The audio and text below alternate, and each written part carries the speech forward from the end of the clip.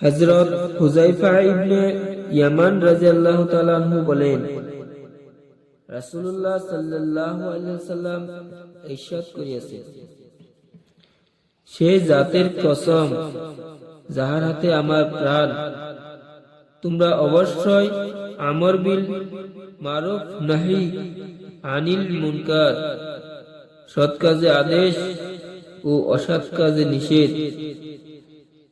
করিতে থাকো।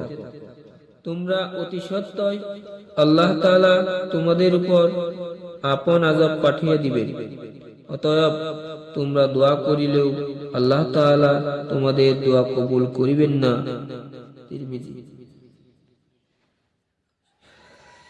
হযরত যায়নাব বিনতে জাহাস রাদিয়াল্লাহু তাআলা আনহু বলেন, আমি রাসূল সাল্লাল্লাহু আলাইহি ওয়াসাল্লাম এর নিকট জিজ্ঞাসা করিলাম, ইয়া রাসূলুল্লাহ, আমাদের মধ্যে নেক লোক থাকা সত্ত্বেও কি আমরা ধ্বংস হইয়া যাইব? তিনি ইরশাদ করিলেন, জি হ্যাঁ, যখন অসৎ কাজ ব্যাপক হইয়া যাইবে। বুখারী।